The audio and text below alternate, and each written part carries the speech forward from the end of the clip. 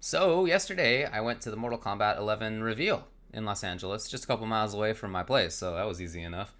And while I was there, they very, very nicely, very, very considerately had all of these setups where people could not only play, but you could also record.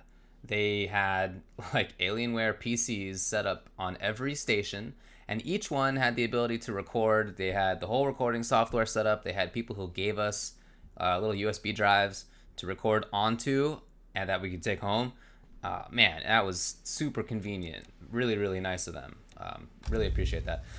So I recorded a bunch of stuff, and what I'd like to start out by showing is the customization process, because there's some super cool, interesting stuff in there.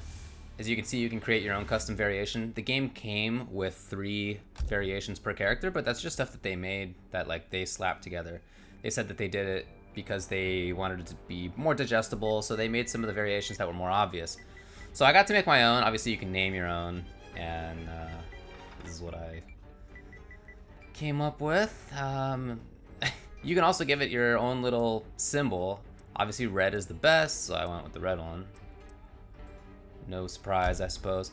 And then once you're in it, it's not just gameplay customization, but like in Injustice 2, you have a ton of looks customizations. So you get to pick, I think, 3 things per character that are like the most customizable. I don't really know what to call it, but each character has 3 things that have a bunch of different options. And that, you got to imagine once the game finally comes out, there's going to be a bunch more. Maybe not more than 3 like categories, but for each category there's got to be a bunch of stuff. So I like that fist. I thought that one was pretty nifty looking. You can change this back orb, I don't know, on Geras here, and I'm not that interested in this part of it. I really liked playing around with gear in Injustice 2 for some characters, you know what I mean? Like Scarecrow had such cool gear. He was such a cool looking character. But for other characters, some of their gear was, a little underwhelming for me. And this gear stuff, although I think the character, his gameplay is super cool. And I think he looks cool. But these like points of customization I felt were not the most interesting. But then, once you've picked those 3 things, then there's a lot more other stuff. So in Injustice 2, you can change the legs, you can change the arms, you can change all the stuff. In this game, it seems that there are those 3 categories, and then beyond that, whatever else he's wearing, all that kind of stuff. They are, at least in this playable build, just kind of put together already. So you can, as you can see, you can pick whichever one you want. I thought that one was pretty nifty looking.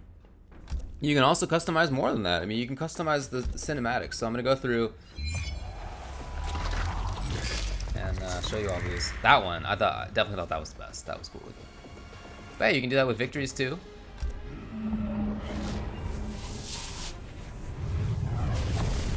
And again, in Injustice 2, it worked a little differently. You could pick like more stuff about the characters, what they were wearing, pants, who knows, shoes.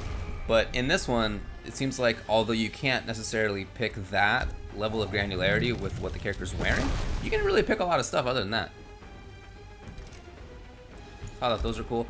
And in this, at least in this build, you don't get to see the fatalities. There's not a preview in the same way that there was for the intros and outros. I don't know if the final game's gonna be like that or not. But oh yeah, brutalities are in.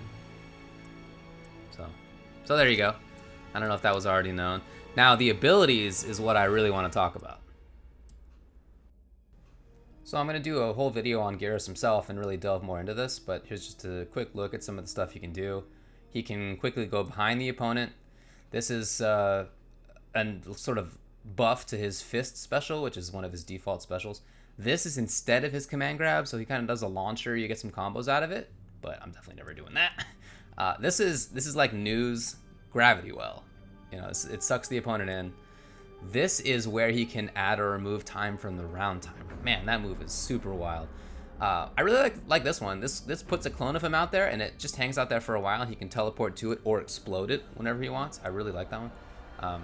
This is like, it's like the Hellboy trait, where if he dies with it active, then he can come back to life. This is the one that gets him rewind 4 seconds to whatever. I'll get into that one in the next video on Geras. I really like this one too. This lets him cancel attacks into sort of where he was beforehand, and then this is basically from the deep. You know, this is like a pillar that he puts out. So again, really cool, different stuff that you can put on there. I hope all that stuff's going to be playable in tournament, but you know, nobody would confirm or deny anything on that stuff for me. So what I was doing here was creating a couple of different variations for myself so that I could then take them into training mode, you know, try them out, rather than having to go back to this each time. Oh god, that's right. I'm sorry about this. I don't know why. Yeah. Well, you can't win them all. So that's what I went with that. I don't think I bothered customizing his looks. Yeah, I just wanted to see what the moves do. Again, really interesting ideas for Geras, but they were all like that. You know, they all had a bunch of different stuff. So there's bazings. Now I did go through everybody, and I'll show you, you know, more about how they look later on. But I also wanted to show another character's, you know, a little bit about how he looks first, but then I'll get into what his moves are. I had heard that Sub-Zero didn't have Ice Clone, and I thought that was surprising. So I wanted to go check it out and see, you know, if that's true. And if it is true, then what else he has instead. But yeah, while I was doing it, I looked into how some of his gear looks. And I think it's cool. First of all, I think he looks sick in this game. I really like his design. I'm not like classically a Sub-Zero fan, but I think he does look cool. And again, you got to imagine that when the full game comes out, that they're going to have a ton of these things. So there's only 5 or 6 right now per character. Yeah, I'm sure that's not going to last. But these are cool, right? I mean, interesting looking. I don't know if cool is the right word. Yeah, that was, but for sure that was the coolest, right? As a Death Knight in Warcraft, World of Warcraft, you know, I had to go with that one. I felt that was it. Although I don't play Frost, boring. Anyway, yeah, let's check out his moves. And I slowed down the video here. I paused it for a bit just so you could sort of get a look at what the different moves are. Creeping Ice is a little hit that comes up. Ground Ice he has from previous Mortal Kombats again. You know, you slip on it, you get frozen. Cold Shoulder is like, it replaces Slide. I don't really know why it replaces Slide because it's not a low, so I'm not really sure. But we'll see. Rising Ice, I just don't know what it's for. It lifts Sub-Zero up. Maybe you can combo out of it. I don't know. Frigid Storm is a really big projectile. It takes up good for a vertical space and then moves forward well. It's almost like a Captain Cold wall. And then Death Cycle Barrage is a projectile series that moves forward, and it's like a good zoning tool. It seems like. So the Arctic Trap he does have. Arctic Trap is there. So that replaces Ice Clone, and it's not the same because it's not as tall as Sub-Zero is, but it serves at least a similar goal. So he also has Air Polar Axe, which is a projectile that goes kind of at a cool vertical angle down when he jumps. And then Deep Freeze, I did not try. It looks to me like what it does is it throws out 2 ice balls whenever you throw an ice ball out. But like I said, I don't want to steer you wrong on that because I didn't actually ever try it, to be honest. Now you'll notice that each move has 3 yellow dots in the middle of it, or just to the left of where it says Arctic Trap right there. You'll see 3. Some only have 1. So those mean how many slots the move takes up, and Arctic Trap takes up 3. Which means that as Sub-Zero, you only have Slide, Ice Ball, and Arctic Trap. You don't get any other moves if you pick that. So they must think that's very strong, which I guess makes sense because that, you know, okay. Whereas some other things are just 1. So if you want to, you could pick all of Rising Ice, Frigid Storm, and Death Cycle Barrage.